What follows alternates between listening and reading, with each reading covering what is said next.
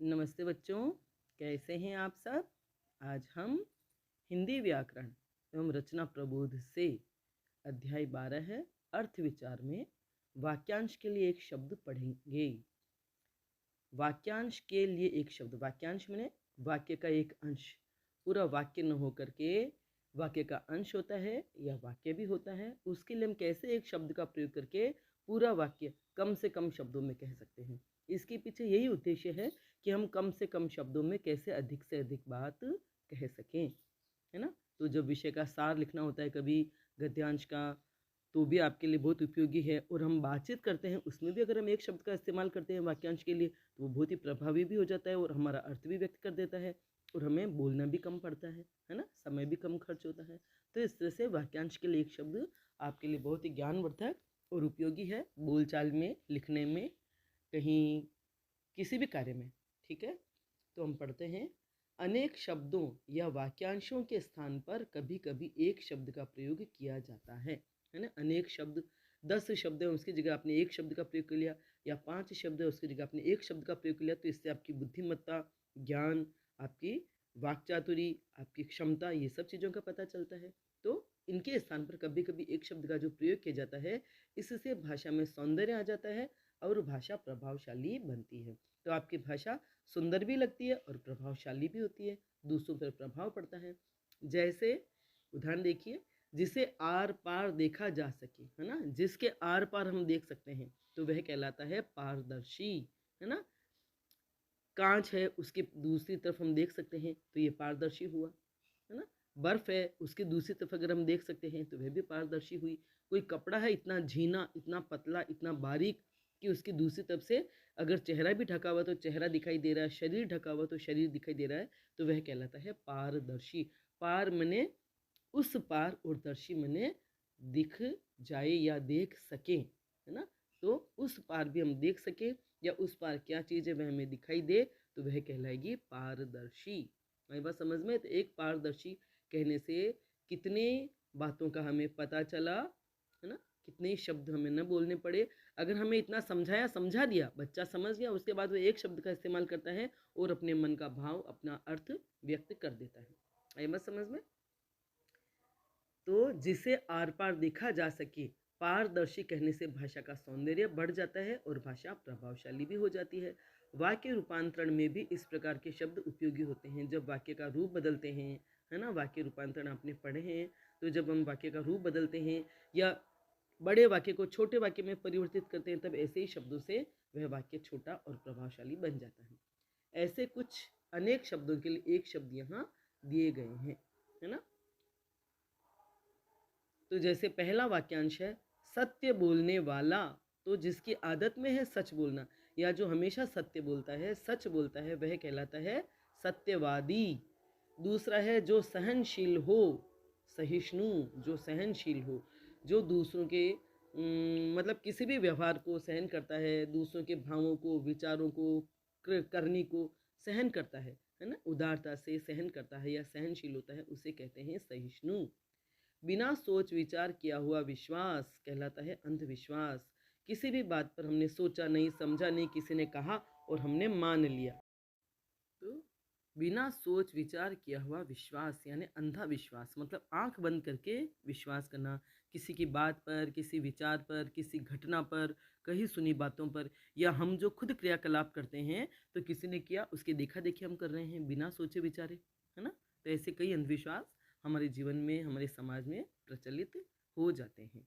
धर्म में निष्ठा रखने वाला, धर्म में निष्ठ, धर्मनिष्ठ यानी धर्म में निष्ठावान, तो जो धर्म में निष्ठा रखता है, जो अपना जो भी धर्म है या जिस धर्म के परिवार में पैदा हुआ उस धर्म में विश्वास रखता है, वह कहलाता है धर्मनिष्ठ। और यहाँ ये भी हो सकता है, धर्म तो वैसे आचरण को ही कहते हैं, है ना। तो जब हमारा अच्छा आचरण है या अच्छे आचरण में हम निष्ठा रखते हैं, तो वह भी धर्मनिष्ठ कहलाता है। जिसकी सच बोलने की आदत है, जो सदाचारी है ना, कभी किसी के साथ बुरा व्यवहार नहीं करता है, जो भी आचरण के अच्छे नियम हैं, अच्छी आदतें हैं, अच्छा व्यवहार है, उन सबको अपनाने वाला व्यक्ति भी धर्मनिष्ठ कहा जाएगा। जो तृप्त न हो, अतृप्त, तृप्त में अ उपसर्ग लगा हुआ है, अतृप्त शब्द, जो तृप्त न हो, जिसका मन भरा न हो, जैसे खाना खाया है और मन तृप्त नहीं हुआ, खाना या तो स्वादिष्ट नहीं था इसलिए तृप्त नहीं हुआ, या खाना कम था इसलिए मन भरा नहीं, पूरी भूख मिटी नहीं, तो वह अतृप्त है। भूख हो सकती है, प्यास हो सकती है, कोई इच्छा हो सकती है, तो वह अधूरी रह जाए या पूरी न हो तो मन तो कहलाता है अतृप्त। आप कहीं गए हैं, पहाड़ी सौंदर्य निहार रहे हैं, हरा भरा उद्यान निहार रहे हैं, लेकिन आपका मन भरा ही नहीं है। भले आपने 1 घंटा देख लिया, 2 घंटा देख लिया, घूम लिया, अवलोकन किया, लेकिन आपका मन भरा ही नहीं है, तो वह कहलाएगा अतृप्त, जो तृप्त न हो, है ना। दो भाषा जानने बोलने वाला, दुभाषिया, जिसे 2 भाषाओं की जानकारी है, वह हमेशा अपने बातचीत में प्रयोग करता है, जानता है और बोलता है, तो वह कहलाता है दुभाषिया। दुभाषिया मतलब ये भी, मतलब आप ये भी कह सकते हैं, जैसे किसी को किसी भाषा का ज्ञान नहीं है तो एक व्यक्ति उस भाषा में बात करता है और दूसरा जो व्यक्ति दुभाषा है वह उसका अनुवाद उसमें करके दिखाता है। मान लो किसी को अंग्रेजी नहीं आती है, आपकी मीटिंग ऐसे व्यक्ति से जिसे अंग्रेजी ही आती है, हिंदी नहीं आती, और आपको हिंदी आती है और अंग्रेजी नहीं आती, तो बीच में जो व्यक्ति है एक ऐसा व्यक्ति होता है जिसे हिंदी और अंग्रेजी दोनों आती है, तो आपकी कही हुई हिंदी को अंग्रेजी में अनुवाद करके उसको बताता है और उसकी कही हुई अंग्रेजी को हिंदी में अनुवाद करके आपको बताता है, तो वह कहलाता है दुभाषिया। अगला है जिसको अनुभव हो, वह कहलाता है अनुभवी, है ना। तो ये जो इतने इतने शब्द हैं उनकी जगह एक शब्द है, तो मतलब ये जहाँ आपको इतना बोलना है उसकी जगह आप एक शब्द बोल करके अपना काम कर सकते हैं। जिसको अनुभव हो, किसी को कोई मतलब कोई कार्य करते वक्त या कार्य करने का कई सालों का अनुभव हो गया है, जीवन का अनुभव हो गया है। कोई 50 साल का व्यक्ति है, कोई 10 बरस का बच्चा है, कोई 20 साल का है, कोई 30 साल का, तो उसे इतने सालों का अनुभव हो गया, तो वह कहलाएगा अनुभवी। जो कम खाता हो, अल्पाहारी, जो कम खाता हो, है ना। एक तो बहुत ठूस ठूस के खाते हैं, पेट भर के खाते हैं, पेट भर जाए तो भी मन न भरे तब तक खाते हैं, और कुछ व्यक्ति होते हैं जो बहुत कम खाते हैं, थोड़ा खाते हैं, तो उसे कहेंगे अल्पाहारी। अल्प मने थोड़ा, अल्प धन आहारी, इसका संधि विच्छेद कीजिए आप, अल्प धन आहारी, तो अल्प मने थोड़ा और आहारी मने आहार करने वाला। ठीक है, समझ में आ रही है आपको बात, है ना। अर्थ भी बताए जा रहे हैं, उससे आपको अच्छे से समझ में आ रहा होगा। जिसके आने की तिथि निश्चित न हो, अतिथि, अतिथि, तिथि मैंने तिथि और अ उपसर्ग लग गया तो अतिथि, तो ऐसे व्यक्ति अतिथि कहलाते हैं जो बगैर किसी निश्चय के या तिथि निश्चित किए हुए अगर हमारे यहाँ आ जाते हैं तो हम उन्हें मेहमान कहते हैं। तो जिसके आने की तिथि निश्चित न हो, तो अतिथि वही होते हैं, मेहमान वही होते हैं जो अचानक आ जाएं, जिसका हमें पता न हो और अचानक आ जाएं, है ना, तो वे कहलाते हैं अतिथि।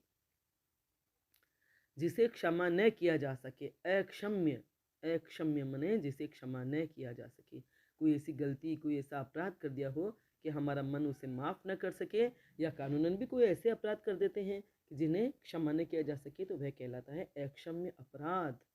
ठीक है, जिसका मूल्य न आंका जा सके, अमूल्य, जिसका मूल्य लगा सकते हैं वह कहलाता है मूल्य, मतलब उसे कहेंगे मूल्य। और जिसका मोल ही न लगाया जा सके, जिसकी कीमत न लगाई जा सके, तो उसे कहेंगे अमूल्य या बेशकीमती। बेशकीमती में भी कई कीमत है, मतलब बेशकीमती की भी कीमत है कि बहुत ज़्यादा कीमत है, लेकिन अमूल्य जिसका मोल ही न हो सके, अनमोल, जो हमारे मनुष्य जन्म हमें मिला है वह अमूल्य है, उसका हम मूल्य नहीं आंक सकते, हमारे अंगों का मूल्य नहीं आंक सकते, समय का मूल्य नहीं आंक सकते, है ना। तो ये सब अमूल्य है जिसे हमें बर्बाद नहीं करना चाहिए। न तो हमें समय बर्बाद करना चाहिए, न हमें हमारे इस मनुष्य जीवन को बर्बाद करना चाहिए, न हमारे शरीर के साथ हमें ऐसा व्यवहार करना चाहिए या दुरुपयोग करना चाहिए कि अंग वगैरह किसी का अहित हो जाए। ठीक है, जो कानून के अनुसार न हो, अवैध, जो कानून, कोई कानून किसी कार्य की आज्ञा नहीं देता है और वह कार्य किया जाता है तो वह कहलाता है अवैध।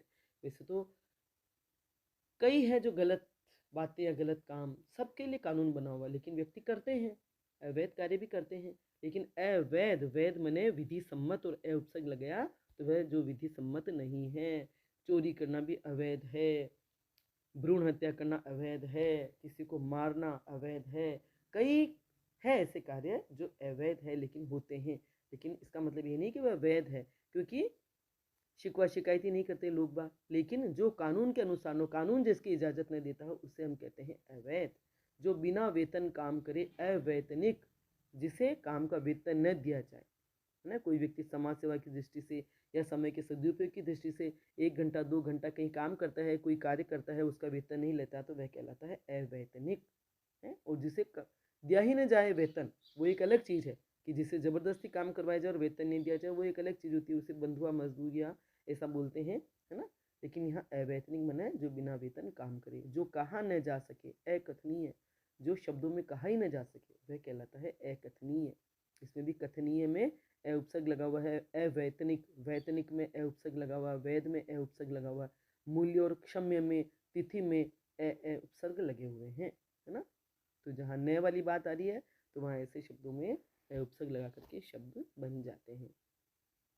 ये वाक्यांश के लिए एक शब्द पढ़ने के लिए भी आपको भाषा ज्ञान, ना शब्द ज्ञान होना बहुत ज़रूरी है। तो आपको बहुत अध्ययन करने की आदत रखनी चाहिए। तो कहाँ थे हम, जो कहा न जा सके, अकथनीय, जिसे कथन में न कह सकें, शब्दों में न कह सकें, वह कहलाता है अकथनीय। तो यहाँ ऐसा होता है कि कई बार कोई बात इतनी अद्भुत होती है, इतनी अनोखी होती है कि जिसे हम देख रहे हैं, समझ रहे हैं, लेकिन हम शब्दों में नहीं कह पाते, है ना। कई भाव, कई विचार ऐसे होते हैं जिसे हम शब्दों में नहीं कह सके, तो वह कहा जाता है अकथनीय। जिसको गिना न जा सके, अगण्य, इतनी संख्या है जिसकी गिनती नहीं कर सकते हम। धान के दाने हैं, तारे हैं आसमान में जिनकी हम गिनती नहीं कर सकते, तो वह अगण्य कहलाएगा। किसी के एहसान है, किसी ने हमें इतना सहयोग दिया है कि वह भी हम नहीं कह सकते, गिनकर नहीं बता सकते, तो वह अगण्य या अकथनीय आएगा। ठीक है। जो इस लोक का न हो, अलौकिक, लौकिक माने इस लोक का, और अ उपसर्ग लगा और बन गया अलौकिक, तो वह हुआ इस लोक का नहीं, जो परलोक का हो ना। इस लोक में तो सब साधारण है, सब चीजें साधारण है, क्षण भंगुर है, सामान्य है, लेकिन जो न सामान्य है, न क्षण भंगुर है, न साधारण है, तो वे कहलाएंगे अलौकिक। ठीक है। जो बच्चों को पढ़ाए, अध्यापक। जो स्कूल में पढ़ाते हैं या बच्चों को पढ़ाते हैं, वे कहलाते हैं अध्यापक, शिक्षक। जो अत्याचार करता हो, अत्याचारी, आचरण से मतलब जो हमें करना चाहिए वह तो करें, लेकिन उससे ज़्यादा किसी का शोषण किया जाए, किसी पे ज्यादती किया जाए, जो काम का समय उससे ज़्यादा कार्य लिया जाए, चाहे मन पर अत्याचार किया जाए, तन पर अत्याचार किया जाए, वह अत्याचारी कहलाता है। जो अत्याचार करता हो, ऐसा आचरण जो दूसरा व्यक्ति या सामने वाला व्यक्ति सहन नहीं कर सकता, वह कहलाता है अत्याचार। जिसकी सीमा न हो, असीम, है ना, जिसकी सीमा न हो, हद न हो। एक सीमा होती है हर बात की, व्यवहार की या चलने की या जमीनों की, और जिसकी सीमा न हो वह कहलाता है असीम। किसी के प्रति आपका इतना स्नेह है कि जिसकी सीमा ही नहीं है, हद ही नहीं है, माता पिता का अपने संतान के प्रति स्नेह होता है, वह कहलाएगा असीम। आई बात समझ में। जिसका कोई सहायक न हो, असहाय, जिसकी कोई सहायता करने वाला, मदद करने वाला न हो, सहारा देने वाला न हो, वह कहलाता है असहाय। कोई अकेला है, वृद्ध है या अपाहिज है और उसकी कोई सहायता न कर सके, तो वह कहलाएगा असहाय। ठीक है। जिसकी कोई उपमा न हो, अनुपम, जिसके जैसा कोई न हो, जिसकी तुलना किसी से न कर सके हम, जिसके लिए किसी की उपमा न दी जा सके, वह कहलाता है अनुपम। तो उपमा में अनुपसर्ग लग करके बना है अनुपम, अनोखा, है ना। जिसके जैसा हमें दूसरा मिलता ही न हो, दिखता ही न हो, तो कहेंगे अनुपम। यह व्यक्ति अनुपम है, यह चीज, यह दृश्य, यह वस्तु, है ना, यह अनुपम है। जो छोड़ा न जा सके, अनिवार्य, जिसे हम छोड़ नहीं सकते, जो हमारे लिए अति आवश्यक है, अत्यावश्यक है ना, जिसे हम छोड़ नहीं सकते, जिसे हम अपने से दूर नहीं कर सकते, या जिसके बगैर हमारा काम न चले, वह कहलाता है अनिवार्य। जैसे आप पढ़ते हो 11th-12th में, ऐच्छिक विषय भी होते हैं, लेकिन अनिवार्य विषय होते हैं कि भी हिंदी और अंग्रेजी तो आपको अनिवार्यतः लेनी ही पड़ेगी 12th तक, है ना। हिंदी और अंग्रेजी अनिवार्य विषय, और उसके बाद आप 3 विषय जो लेते हैं वह ऐच्छिक होता है ना। तो अनिवार्य, जो छोड़ा न जा सके, जो संभव न हो, जो संभव न हो, असंभव, जो हम कर न सकें, किया न जा सके, ऐसा नामुमकिन कार्य या ऐसी बात या ऐसा कार्य, उसे कहते हैं असंभव। ये भी संभव में अ उपसर्ग लगा है, तो जो संभव ही न हो, जहाँ पहुँचा न जा सके, अगम्य, गम्य जहाँ जाया जा सके, और अगम्य जहाँ न जा सके, पहुँचा न जा सके, जहाँ हम नहीं पहुँच सकते हैं, ऐसा स्थान वह कहलाता है अगम्य। दुर्गम होता है जहाँ हम मुश्किल से पहुँचते हैं, बहुत ही मुश्किल हो लेकिन हम पहुँच सकते हैं। एवरेस्ट की चढ़ाई कर सकते हैं, है ना। तो मुश्किल है, बहुत मुश्किल है, लेकिन पहुँच तो सकते हैं। लेकिन जहाँ हम पहुँच ही नहीं सकते, वह कहलाता है अगम्य। अब तो हम चांद पर भी पहुँच गए, तो वह भी अगम्य नहीं रहा। जिसका नाम न हो, अनाम, जिसका कोई नाम न हो, उसे अनाम या बेनाम कहते हैं। जो अहिंसा में विश्वास रखे, अहिंसावादी, हिंसा मने किसी को मारना, चोट पहुंचाना, किसी के प्राण लेना, और जो ऐसा नहीं करता हो, बिल्कुल किसी के मन को, किसी भावना को भी चोट नहीं पहुंचाता हो, शरीर को चोट पहुंचाना तो बात की बात है, तो वह कहलाता अहिंसावादी। जो अहिंसा में विश्वास रखे और हमें मनुष्य होकर के हमें अहिंसावादी ही होना चाहिए। ठीक है। अगला है जिसका वर्णन न किया जा सके, अवर्णनीय, अकथनीय और अवर्णनीय, है ना। जब हम कोई ऐसा दृश्य या कविता में भावार्थ करते हैं तब भी ऐसा होता है, ईश्वर के बारे में कहीं भावनाएं आई है तो वो अकथनीय होती है, अवर्णनीय होती है, जिसका वर्णन नहीं किया जा सके, है ना। शब्दों में वर्णन ही नहीं किया जा सके, या हम इतना वर्णन करें, इतना कुछ कहें कि फिर भी पूरा न हो, तो कहते हैं या कहा जाता है कि यह अवर्णनीय है। ठीक है। जो परिचित न हो, जिसे हम जानते नहीं हो, तो वह कहलाता है अपरिचित, है ना। जो हमारे लिए अजनबी है तो वह कहलाएगा अजनबी या अपरिचित। मन में होने वाला ज्ञान, अंतर्ज्ञान, जो हमें मन में अपने आप महसूस होता है ना। हमारी एक छठी इंद्रिय होती है, 5 इंद्रिय तो ये, और छठी इंद्रिय हमारा ये मन है। और कई बार मन में सहज भाव से कोई भाव या विचार आता है तो उसे हम कहते हैं अंतर्ज्ञान। कुछ हम सोचते हैं ये हमें करना है, नहीं करना है, लेकिन कोई एक मन का एक कोना जो है हमें मना कर रहा होता है, लेकिन हमारा दिमाग कहता है करो करो या कहो। लेकिन ये जो मन का कोना होता है ना, वहाँ अंतर्ज्ञान होता है जो हमें रोकता है उस बात से। इंट्यूशंस भी जिसे हम कहते हैं। तो अंतर्ज्ञान, मन में होने वाला ज्ञान। कई बार हमें मन को या हमारे मन में एहसास हो जाता है कि ये घटना होने वाली है, या ये हम कर रहे हैं तो ये ठीक नहीं है, या हमें ये नहीं करना चाहिए, हम कहीं जा रहे हैं और हमारा मन रोक रहा होता है, तो वह एक अंतर्ज्ञान की वजह से होता है। ठीक है। और उसे हमें अवश्य मानना चाहिए। आशा करने वाला, आशावादी, जो आशा करता है ना, निराश नहीं होता है, हर अच्छी बात की आशा रखता है, वह कहलाता है आशावादी। सकारात्मक, जिसे हम कहते हैं सकारात्मक, हर अच्छी आशा करने वाला या आशा करने वाला, आशा नहीं खोना। हम जो अपने लिए बुरा सोचते हैं या डरते हैं, वहम करते हैं, उससे विपरीत जो भाव है, नहीं, आशा करना। और आलोचना करने वाला, आलोचक। एक होता है निंदा करने वाला, निंदक, वह केवल निंदा करता है, बुराई करता है। और आलोचक जो होता है वह दोनों ही पक्ष देखता है, अच्छा और बुरा दोनों ही पक्ष देखता है। जैसे कोई किताब लिखी गई, कोई कहानी लिखी गई, उसकी समीक्षा करने वाले, आलोचना करने वाले, तो अच्छे बुरे दोनों पहलुओं की जो जानकारी देता है वह कहलाता है आलोचक। ठीक है। आकर्षक, जो अपनी ओर आकृष्ट करे, जिसके तरफ आपका मन खींचा चला जाए, वह होता है आकर्षक। कोई आकर्षक वस्तु होती है, कोई आकर्षक व्यक्ति होता है, कोई आकर्षक कुछ भी हो सकता है, पदार्थ, वस्तु, दृश्य, जो आपको अपनी ओर खींचता है, आपका मन उसे देखने को करता है, उसकी तरफ जाने को करता है, तो वह कहलाता है आकर्षक। जो अपनी जीवनी लिखे, आत्मकथाकार, आत्म मने स्वयं, है ना। और कथाकार, कथा मने कहानी, कार मने लिखने वाला। तो जो स्वयं की कहानी लिखता है, स्वयं के जीवन के बारे में लिखता है, वह कहलाता है आत्मकथा लिखने वाला, आत्मकथाकार। हम जब दूसरों के जीवन के बारे में लिखते हैं तो वह कहलाती जीवनी, और जीवनी लेखक। लेकिन जब हम खुद के बारे में लिखते हैं, खुद के जीवन के बारे में, खुद के बारे में लिखते हैं, कहानी बताते हैं खुद की, खुद के अनुभव, तो वह कहलाता है आत्मकथाकार। आज्ञा मानने वाला, आज्ञाकारी। बड़ों ने कुछ कहा, माता पिता ने कुछ कहा, गुरु ने कुछ कहा, और जो उनकी आज्ञा को मानता है, उनकी बात को मानता है और उसके अनुसार चलता है या कार्य करता है, तो वह कहलाता है आज्ञाकारी। नई खोज करना, आविष्कार। विज्ञान में आप पढ़ते हैं आविष्कार, नई खोजें होती है, अनुसंधान होते हैं, कितने साइंस ने आविष्कार किए हैं, है ना। हमारा जीवन उन आविष्कारों की बदौलत ही सुविधाजनक और सरल हुआ है। तो जो नई खोज की जाती है, नई चीज़ें बनाई जाती है, तो वह कहलाती है आविष्कार। जो नए जमाने का हो, आधुनिक। आज का ज़माना कैसा है, पढ़ाई लिखाई का है, लड़कियों को भी पढ़ाना चाहिए, अंग्रेजी का महत्व है, हम अंग्रेजी या पाश्चात्य सभ्यता के अनुसार कपड़े पहनते हैं, हमारे घर में सब चीज़ें वैसी ही है। तो जो ऐसे व्यक्ति का हम देखते हैं तो हम कहते हैं ये तो बड़ा ही आधुनिक है। ऐसे व्यक्ति को जब हम देखते हैं तो कहते हैं ये आधुनिक है। और जो पुराने विचारों को मानता है तो हम उसे पुराना बोलते हैं, है ना।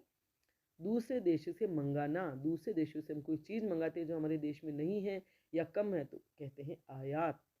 और दूसरे देश को जब भेजा जाता है, कोई चीज़ हमारे यहाँ बहुत मात्रा में बनती है या पैदा होती है और हमारे यहाँ उपभोग के बाद भी बचती है, तो हम उसे बेचते हैं, दूसरे देशों को भेजते हैं, तो वह कहलाता है निर्यात। ठीक है। तो आयात, दूसरे देशों से मंगाना और दूसरे देशों को भेजना या बेचना, वह कहलाता है निर्यात। ईश्वर में विश्वास रखने वाला, आस्तिक। तो जो ईश्वर में विश्वास रखता है, ईश्वर में आस्था रखता है, ईश्वर को मानता है, ईश्वर के अनुसार आचरण करता है ना, ईश्वर के निर्देशों आदेशों के अनुसार, नियमों के अनुसार, तो वह कहलाता है आस्तिक। और जो ईश्वर में विश्वास नहीं रखता है और कहता है ईश्वर क्या चीज़ है मैं नहीं मानता, तो वह कहलाता है नास्तिक। ये बात समझ में। लेकिन कैसे हो सकता है ऐसा कि ईश्वर में विश्वास नहीं किया जाए। ये सृष्टि, ये प्रकृति, ये आसमान, ये धरती, ये नदियाँ, ये पहाड़, सब किसने बनाई है? ईश्वर ने तो बनाई है, हमने थोड़े बनाई है। तो ईश्वर है और उसमें हमें विश्वास करना चाहिए। दूसरों का आभार मानने वाला, वह कहलाता है आभारी, कृतज्ञ। कोई हमारी मदद करता है, किसी भी रूप में हमारी मदद करता है, हमारा कार्य करता है, हमें सहायता देता है, तो हम उनके आभार मानते हैं, उनका हम आभार मानते हैं, तो हम कहलाते हैं आभारी या कृतज्ञ। और ये हमेशा हमें मानना चाहिए, हमें ईश्वर का आभार हर क्षण मानना चाहिए। और जो आस्तिक होगा वही मानेगा। हर पल ये जो जीवन, ये सांसें, सब कुछ हमारे जीवन में जो है अच्छा बुरा, वह सब ईश्वर का दिया हुआ है और उसके प्रति हमें आभार अवश्य मानना चाहिए। आभार हमेशा व्यक्त करते रहना चाहिए। छोटा भाई अनुज, अनुज किसे कहते हैं? छोटे भाई को। जो हमारा छोटा भाई है, हमारे बाद में जिसका जन्म हुआ है, वह भाई अनुज कहलाता है और बहन कहलाएगी अनुजा। अनु मने पीछे या बाद में, और जय मने जन्म लेने वाला। और अग्रज बड़ा भाई, बड़े भाई को क्या बोलते हैं? अग्रज। जो आगे, जिसने हमसे पहले जन्म लिया है, वह कहलाता है अग्रज। और बहन होगी तो कहेंगे अग्रजा। ठीक है। आकाश में दिखाई देने वाला 7 रंगों का धनुष इंद्रधनुष। कितना सुंदर शब्द है। आकाश में जब बरसात होती है, वर्षा ऋतु में आकाश में बरसात होने के बाद कई बार 7 रंग एकदम एक साथ दिखाई देते हैं, बहुत ही सुंदर लगते हैं, और उन्हें कहते हैं हम इंद्रधनुष। कितना प्यारा नाम दिया है। जैसे बरसात भी इंद्र करता है, और ये इंद्रधनुष इंद्र का बनाया हुआ धनुष, जैसे इंद्र का धनुष है ना, तो वह कहलाता है इंद्रधनुष। दूसरों से ईर्ष्या करने वाला ईर्ष्यालु। जो दूसरों के पास कुछ भी है अच्छा, चाहे वो सुंदर है, चाहे वो पढ़ा लिखा है, विद्वान है, दौलतमंद है, तो उससे जो मन जलता है जिसका, तो उसे कहेंगे ईर्ष्यालु। दूसरों से जलन रखना, दूसरों की उन्नति से किसी को अपने को तकलीफ होती है, परेशानी होती है, तो आप समझ लो कि मेरे मन में भी ईर्ष्या का भाव है। जिसका हृदय विशाल हो, और जो विशाल होगा वो ईर्ष्यालु नहीं होगा, और जो ईर्ष्यालु होगा वह विशाल नहीं होगा। जिसका हृदय मतलब वह उदार नहीं होगा। तो उदार जो दूसरों की खुशी में खुश होता है, दूसरों की मदद करने के लिए, दूसरों का सहयोग करने के लिए, दूसरों के बारे में अच्छा सोचता है, वह कहलाता है उदार। जिसका हृदय विशाल हो, जिसके हृदय में दूसरे समा सकते हो, है ना, वह कहलाता है उदार। जो पैसा खर्च करने में, किसी की मदद के लिए, किसी के सहयोग के लिए भी पैसा एकदम निकाल देता है, तो वह भी कहलाता है उदार। जो किसी को भी किसी भी बात के लिए सुविधाजनक स्थिति उपलब्ध कराता है ना, तो वह कहलाएगा उदार। जिसका हृदय बड़ा हो, जिसका मन बड़ा हो। जो ऊपर कहा गया हो, उपर्युक्त, उपर्युक्त ऊपर जो लिखा गया है या कहा गया, अभी इतने हमने पढ़े ना 45 वाक्यांश के लिए एक शब्द, ये सब कहलाएंगे उपर्युक्त। उपर्युक्त हमने उपर्युक्त जितने भी शब्द पढ़े हैं या जितने भी वाक्यांश पढ़े हैं, एक शब्द होता है उपयुक्त। उपयुक्त और उपर्युक्त में रात दिन का अंतर। उपयुक्त माने उचित होना, सही होना, है ना, या जो होना चाहिए। और उपर्युक्त माने ऊपर लिखा हुआ, ऊपर कहा हुआ, ऊपर पढ़ा हुआ, है ना। आपके गद्यांश या पद्यांश की व्याख्या और भावार्थ करने के लिए आते हैं पेपर में, परीक्षा में, और आप जब लिखते हैं, मान लो उस गद्यांश को लिख लिया, और उसके बाद में आप अपनी कॉपी में भी, उत्तर पुस्तिका में भी करते हैं, साल भर के कामकाज में भावार्थ लिखते हैं या व्याख्या करते हैं, तो लिखा जाएगा उपर्युक्त गद्यांश, ऊपर लिखा हुआ गद्यांश, या उपर्युक्त पंक्ति, ऊपर लिखी हुई पंक्ति। आई बात समझ में? आप एप्लीकेशन में प्रार्थना पत्र वगैरह लिखते हैं, तो उसमें भी लिखते हैं उपर्युक्त विषय में निवेदन है कि ऊपर जो हमने विषय लिखा है उसमें या उसके संदर्भ में। तो उपर्युक्त माने जो ऊपर कहा गया, जो लिखा गया, जो हम लिख रहे हैं उससे पहले लिखा गया। जो बाद में अधिकारी बने, उत्तराधिकारी। पिता हैं आपके, पिताजी के उत्तराधिकारी आप हो, उनका सब कुछ आपको मिलेगा, वसीयत वगैरह, तो आप उत्तराधिकारी कहलाएंगे। राजा का उत्तराधिकारी राजकुमार होता है, तो ऐसे जिसको जो भी अधिकार मेरे पास है, मेरे बाद में मिलेंगे, वह कहलाएगा उत्तराधिकारी। उत्तर धन अधिकारी, उत्तर मने बाद में, अधिकारी जिसका बाद में अधिकार होने वाला है। जहाँ दवाई मिलती है या इलाज होता है, वह कहलाता है औषधालय। जहाँ दवाइयाँ मिलती हैं उसे कहते हैं औषधालय, और जहाँ इलाज होता है उसे चिकित्सालय कहते हैं। चिकित्सालय में भी औषधालय होता है, औषधियाँ मिलती है, और औषधालय में भी कुछ चिकित्सा हो सकती है। तो जहाँ दवाई मिलती है या इलाज होता है वह कहलाता है औषधालय और चिकित्सालय, है ना। आप थोड़ा ध्यान रखना, दवाई मिलती है केवल तो वह औषधालय कहलाएगा, और जहाँ रोगों का इलाज होता है वह चिकित्सालय कहलाएगा। ठीक है। कलाकारों द्वारा बनाई गई वस्तु, तो जिससे से 48 में ये दोनों बात ऑब्लिक, मतलब वो करके लिखा हुआ है या इलाज, तो आप भी औषधालय ऑब्लिक चिकित्सालय भी लिख सकते हैं। ठीक है। 49 नंबर पे है कलाकारों द्वारा बनाई गई वस्तु, कलाकृति। कोई कलाकार है, कोई चित्रकार है ना, कोई मिट्टी से चीज़ें बनाता है, कोई लकड़ी से चीज़ें बनाता है, तो वो जो अपनी चीज़ बनाते हैं, कोई आकृति, कोई वस्तु का निर्माण करते हैं, कोई चित्र बनाते हैं, तो उसे कहेंगे कलाकृति, और वह कलाकारों द्वारा बनाई गई होती है, इसलिए उसे कलाकृति बोलते हैं। जो अपने काम में होशियार हो, कार्यकुशल, जो अपना काम काज करने में प्रवीण हो, दक्ष हो, कुशल हो, चाहे खाना बनाने में गृहिणी कुशल है तो वह भी कार्य कुशल कहलाएगी। कोई सिलाई करने में है, कोई पढ़ाने में है, कोई खेलने में है, तो जो भी अपने काम में होशियार हो उसे कहते हैं कार्यकुशल। ठीक है, तो आज हमने 50 वाक्यांशों के लिए एक शब्द पढ़ा है।